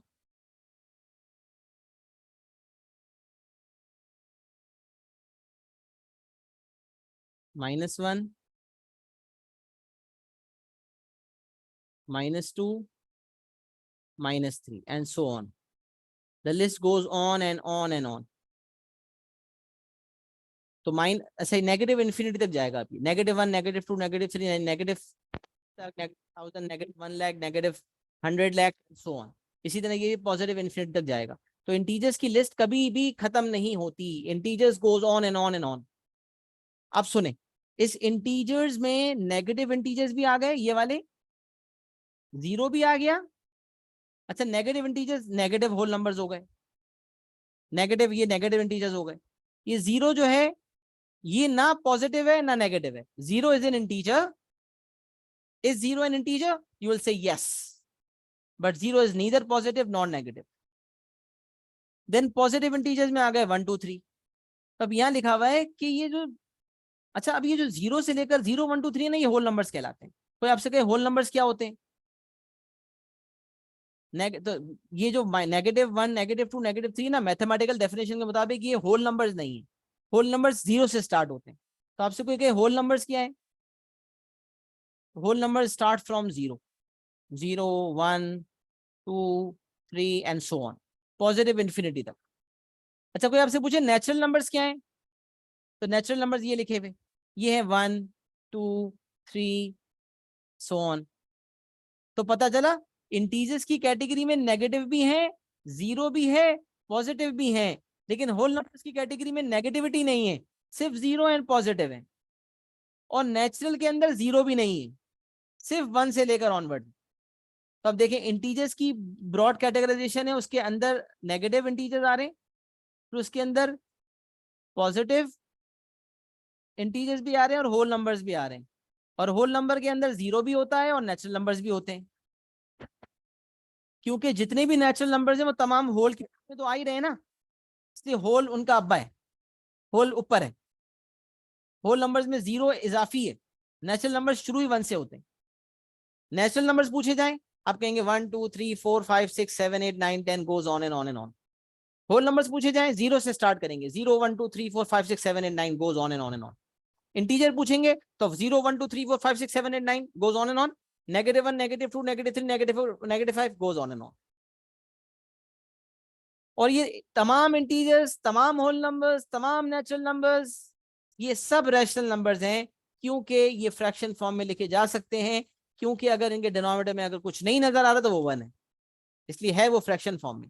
Therefore all integers, all whole numbers, all natural numbers are rational numbers.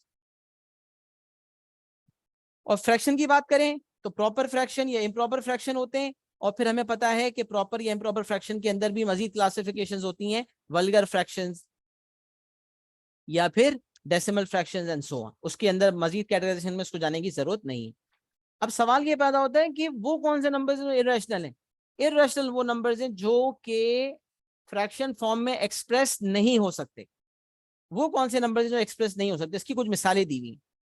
Numbers that cannot be expressed as a fraction or ratio of two integers.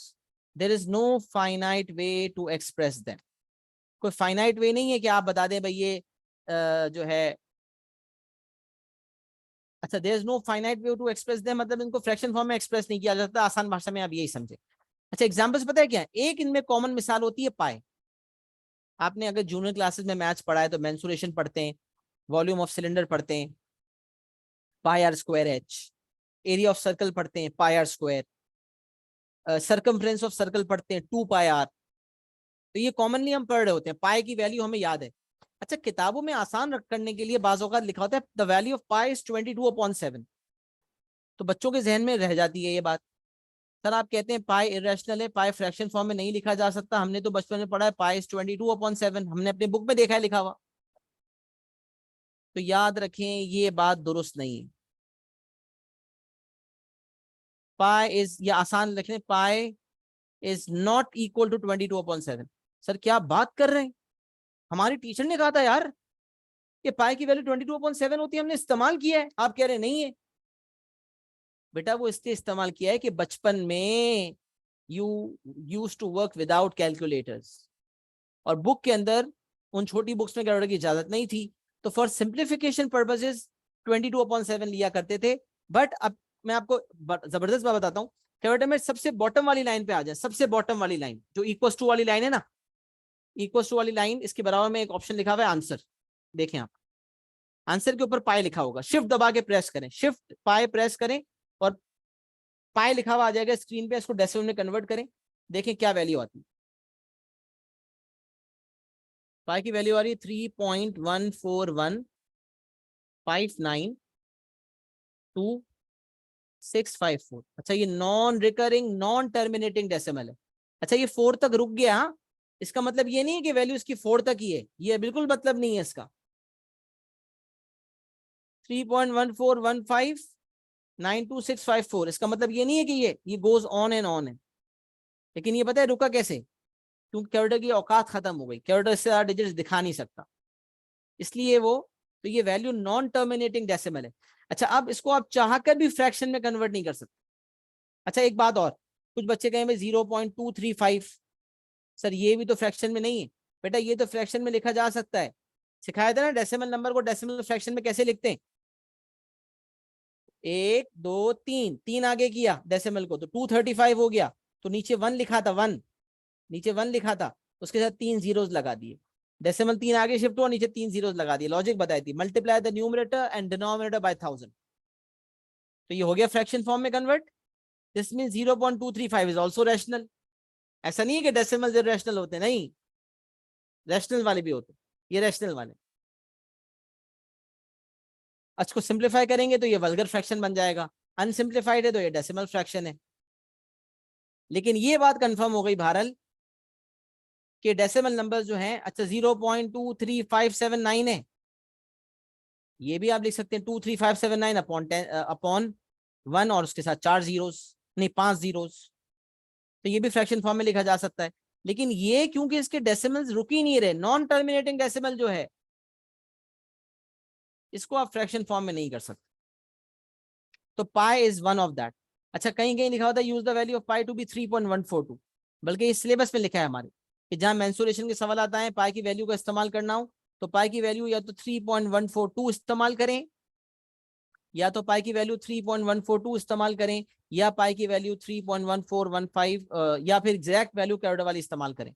Either use the calculator value or use 3.142, but you can never use 22/7। 22/7 को decimal में convert करके देखें, 22/7 convert it into decimals and see what the value is. You will see 3.142857143, round of करेंगे 3.143 बन जाएगा, अगर 3 decimal place में round of कर देते तो, वरना वैल्यू चल रही है 3.142857143, आपको यहीं से पता चल रहा है ये मेरी एग्जैक्ट वैल्यू कैरेक्टर की है पाई वाली, और यहाँ तो ये आ रही है, तो अगर इसको राउंड ऑफ कर भी देते हैं 3 डेसिमल प्लेसेस में तो भी 3.142 बनता है।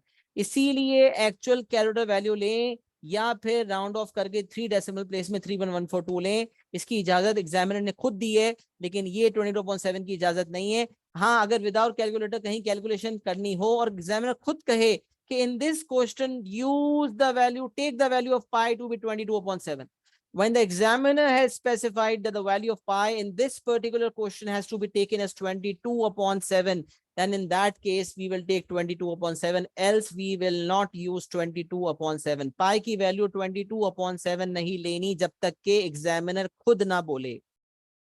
अच्छा, इर्रेशनल नंबर्स क्या होते हैं? हर वो नंबर इर्रेशनल है जो फ्रैक्शन फॉर्म में कन्वर्ट नहीं हो सकता। इसकी एक मिसाल तो पाई आपने जहन में रख ली। अब इसके अलावा ये भी सुन लें, हर वो नंबर जो परफेक्ट स्क्वायर नहीं है उसका स्क्वायर रूट भी इरेशनल है। जैसे मैंने आपको मिसाल दी थी, स्क्वायर रूट ऑफ 1 1 है क्योंकि 1 is a perfect square. Square root of 4 जो है इट्स 2, तो 4 is a perfect square. Square root of 9 जो है वो 3 है, तो 9 इज अ परफेक्ट स्क्वायर। तो स्क्वायर रूट ऑफ 1 जो है वो 1 था, स्क्वायर रूट ऑफ 4 जो है वो 2 था, लेकिन square root of 2 and square root of 3 क्या थे? ये इरेशनल नंबर्स थे। हर वो number square root of, square root ऐसे नंबर का जो square root of a number which is not a perfect square,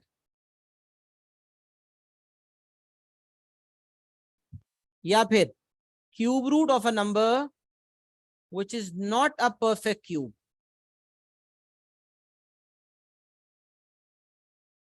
जैसे मिसाल क्यूब रूट ऑफ 1 करते हैं 1 आता है, क्यूब रूट ऑफ 8 करते हैं 2 आता है, तो क्यूब रूट ऑफ 3 कर लें, क्यूब रूट ऑफ 2 कर लें, क्यूब रूट ऑफ 3 कर लें, ये तमाम नंबर्स इररेशनल हैं, क्योंकि इसको फ्रैक्शन फॉर्म में चाह के भी कन्वर्ट नहीं कर सकते थे। करके देखें ना, करके देखें। कैलकुलेटर में लिखें √2, कैलकुलेटर की स्क्रीन आपको दिखाएगी √2। डेसिमल, डेसिमल का एक ऑप्शन नजर आ रहा है आपको, नजर आ रहा है या नहीं आ रहा, चेक करें। एस और एरो डाल के डी लिखा हुआ है। एसी एक बटन है ना ऑन ऑफ वाला, एसी वाला जो बटन है, ऑन ऑफ वाला नहीं, एसी वाला जिसे रीसेट होता है, एसी और डिलीट, उससे ऊपर एक एस इस तरह का बना हुआ है, एस और ये डी, ये ढूंढें, ये वाली की प्रेस करें, तो √2 की वैल्यू देखें, √2 की वैल्यू आपकी आ रही है 1.4142135562। अब एक फ्रैक्शन का ऑप्शन है, यही जो की आपने देखी थी एस डी वाली, इसके ऊपर ऑप्शन लिखा हुआ है फ्रैक्शन में कन्वर्ट, तो शिफ्ट दबा के यही वाली की दबाएं, तो आप देखें आप फ्रैक्शन में करने की कोशिश करेंगे, फ्रैक्शन में नहीं होगा। तो √2 √3 फ्रैक्शन में नहीं हो सकते। इसके अलावा √4 ये सही है, रैशनल है, क्योंकि √4 तो 2 है और 2 is 2/1 होल नंबर है, वो तो फ्रैक्शन है। फिर इसके अलावा तो याद रखें, एक तो पाई है, उसके अलावा हर वो नंबर जो परफेक्ट स्क्वायर नहीं है उसका स्क्वायर रूट इरेशनल होगा, और हर वो नंबर जो परफेक्ट क्यूब नहीं है उसका क्यूब रूट एक इरेशनल नंबर होगा। यहाँ तक मुझे बताएं बात समझ आ रही है? जो डेसिमल में करने की है वो सब कुछ समझ आ रहा है? जरा पार्टिसिपेशन दे, मैंने आप लोग अनम्यूट कर दिया, दोनों मुझे बताएं। सबसे पहले अब्दुल रहमान मुझे बताएं जरा, ऑप्शन ढूंढा है आपने?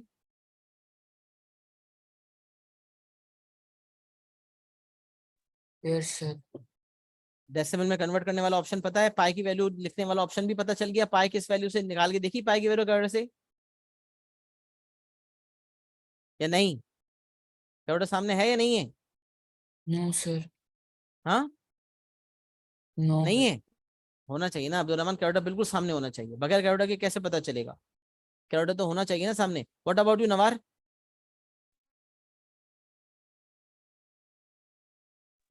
Yes. नो? Yes. यस। तो कैलकुलेट कैलकुलेट करके देखा आपने, पाई की वैल्यू निकाली नवार? जी। समझ में आ गया पाई की वैल्यू निकल रही है वाली? जी समझ में आ गया। बाकी डेसिमल में करके देखा √2 और √3 को? जी। ये भी ऐसा नंबर आ रहा है जो कि फ्रैक्शन फॉर्म में कन्वर्ट नहीं हो सकता, सही है? ओके। चलें, ग्रेट, समझ आ गया, सब कुछ क्लियर है? नवार कुछ सवाल पूछना है? नहीं सही है। सही है। Abdul Rahman all clear from your side as well? Yes. अच्छा अब देखें, अब सवाल पैदा होता है, एग्जांपल है right down an irrational number between 11 and 12। इस तरह का सवाल हमें पास में देखने को नजर आता है, एक इरेशनल नंबर लिखना है बिटवीन 11 एंड 12, वो कैसे लिखें? Right down an irrational number between 11 and 12, ये कैसे लिखें? सवाल ये पैदा होता है। अब इसका मैं आपको तरीका बताता हूँ। इसका तरीका ये होता है कि ऐसा नंबर ढूंढना है जिसका स्क्वायर रूट लूं तो आंसर 11 से 12 के दरमियान आए। इसको जरा समझें, एक ऐसा नंबर कि जिसका मैं स्क्वायर रूट लूं तो मेरा आंसर बिटवीन 11 एंड 12 आए। √11 √12 नहीं ले लेंगे, ये √11 और 12 के दरमियान रूट ले लिया, नहीं। ऐसा नंबर जो 11 से 12 के दरमियान तब बने जब एक नंबर का स्क्वायर रूट लूं या क्यूब रूट लूं, किसी नंबर का स्क्वायर रूट लूं या फिर किसी नंबर का मैं क्यूब रूट लूं, तो मेरा आंसर 11 से 12 के दरमियान आए।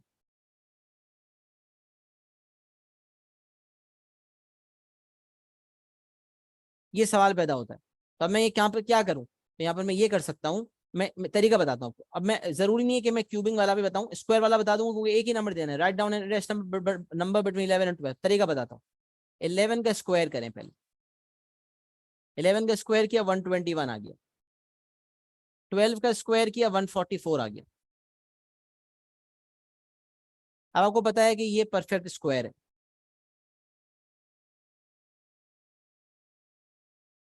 तो ये भी परफेक्ट स्क्वायर है, दोनों परफेक्ट स्क्वायर्स हैं। अब 121 भी परफेक्ट स्क्वायर है, 144 भी परफेक्ट स्क्वायर है, राइट? दोनों परफेक्ट स्क्वायर्स हैं। अब क्या करें? तो इसका मतलब अगर मैं 121 का स्क्वायर रूट लूंगा तो मेरा आंसर आएगा 11, और 144 का आंसर लूंगा, 144 का स्क्वायर लूंगा तो मेरा आंसर आएगा 12, और 11 भी रैशनल नंबर होगा, 11 भी रैशनल नंबर होगा, 12 भी। तो 121 से 144 के दरमियान तमाम numbers are not perfect squares. All the numbers between 121 and 144 are not perfect squares. Therefore, the square root of those numbers will be an irrational number, and that irrational number which lies between 11 and 12. Check कर लें. अब list है पूरी की पूरी. कोई कहते list square root of 122 वो भी सही है, कोई कहते स्क्वायर रूट ऑफ 123 वो भी सही है. करते करते करते करते स्क्वायर रूट ऑफ 143 तक तमाम नंबर्स इररेशनल नंबर हैं जो 11 से 12 के दरमियान लाई करते हैं. कैलकुलेट करें, रूट ऑफ 122 कैलकुलेट करें, आपका आंसर आएगा 11.045 समथिंग. रूट ऑफ 123 कैलकुलेट करें, आंसर आएगा 11.09 समथिंग. रूट ऑफ 143 कैलकुलेट करें, आंसर आएगा 11.958 समथिंग. तो रूट ऑफ 122 से लेकर रूट ऑफ 143 तक कोई भी नंबर का स्क्वायर रूट ले लें, वो आपका इररेशनल नंबर आएगा, और वो ऐसा इररेशनल होगा जो 11 से 12 के दरमियान होगा. इसी तरह क्यूबिंग वाला भी कर सकते हैं कि 11 का क्यूब करूं, 12 का क्यूब करूं, लेकिन 11 का क्यूब करना भी मुश्किल, 12 का क्यूब करना भी मुश्किल है, क्योंकि क्यूबिंग करना विदाउट कैलकुलेटर ज्यादा मुश्किल है, और ये यूजुअली जो है वो विदाउट कैलकुलेटर वाले पेपर में आता है, तो उसमें मैनुअली हमारे लिए करना जरूरी होता है. लिहाजा यहाँ पर वो स्ट्रैटेजी काम नहीं कर सकती, मतलब मुश्किल हो जाएगा 11 क्यूब 12 क्यूब ढूंढना, इसलिए मैं क्यूब वाला मेथड नहीं बता रहा, लेकिन मैं ये बता देता हूँ कि cube root of any number which lies between 11 and 12 can also work for you. Square root of any number that lies between 11 and 12 can also work. तो अब वो नंबर ढूंढने के लिए क्या करें कि जिन दो नंबर्स के दरमियान इररेशनल नंबर ढूंढना है उन दोनों को पहले स्क्वायर करके परफेक्ट स्क्वायर निकालें. 11 का स्क्वायर 121, 12 का स्क्वायर 144, दोनों के परफेक्ट स्क्वायर्स आ गए. अब इन दोनों परफेक्ट स्क्वायर्स के दरमियान जितने भी नंबर्स हैं उनके स्क्वायर रूट इररेशनल नंबर्स होंगे. तो 121 के बाद 122 आता है, 144 से पहले 143 आता है, 122 से 143 तक तमाम नंबर्स के स्क्वायर रूट इररेशनल नंबर्स होंगे, और वो इररेशनल नंबर्स होंगे जो 11 से 12 के दरमियान लाई करेंगे. क्यों भाई? क्योंकि स्क्वायर रूट ऑफ 121 11 बनता है, स्क्वायर रूट ऑफ 144 12 बनता है. इसका मतलब स्क्वायर रूट ऑफ 122 से लेकर स्क्वायर रूट ऑफ 143 तक जो नंबर आएगा वो 11 से 12 के दरमियान होगा, और होगा भी इररेशनल. तो यहाँ पर सर आंसर क्या दें? आपका दिल चाहता है तो आप ये एज आंसर दे दें, बस दैट्स इट. किसी का दिल चाहता है ये तो वो ये दे दे. कोई इतनी लंबी फहरिस्त है, इसमें कोई भी एक आंसर दे दें आपका काम हो जाएगा, क्योंकि यहाँ पर लिखा हुआ write down an irrational number between 11 and 12. कोई एक इररेशनल नंबर देना था, तो अब ये तो पूरी लिस्ट मैंने आपको दे दी, इसमें से कोई भी आप चूज कर सकते हैं. जैसे इस सवाल के जवाब देता हूं, तो मैंने यहाँ मेरा दिल चाह रहा था रूट ऑफ 130 देने का, रूट ऑफ 130, तो ये मैंने आंसर के तौर पे पेश कर दिया, ये मेरा आंसर हो गया. This will be my answer. Square root of 130. This will be an answer. आप ये दे दें. इसके अलावा किसी का रूट 122 देने का दिल चाहता है वो दे दे. तो this is how the things are, and I guess I have explained it completely. Just acknowledge. Is it clear to everyone? क्या बात समझ आ गई? कोई मसला, कोई दिक्कत, कोई परेशानी तो नहीं है? कहाँ हमारी क्लास 1.5 घंटे की थी, मैं तकरीबन उससे भी 1.25-2 घंटे की हो गई. तो I have stretched the class just to ensure that explanation of the topic ends. So is it clear to everyone? Please give an acknowledgement. I'll be giving homework inshallah. LMS पे आपको पास पेपर्स अपलोड हो जाएंगे, उसके questions आपने करके लाने इंशाल्लाह. And make sure that you attempt questions and make all the notes. If you have not already made the notes, please make sure to make the notes. So is it clear to everyone? Acknowledgement.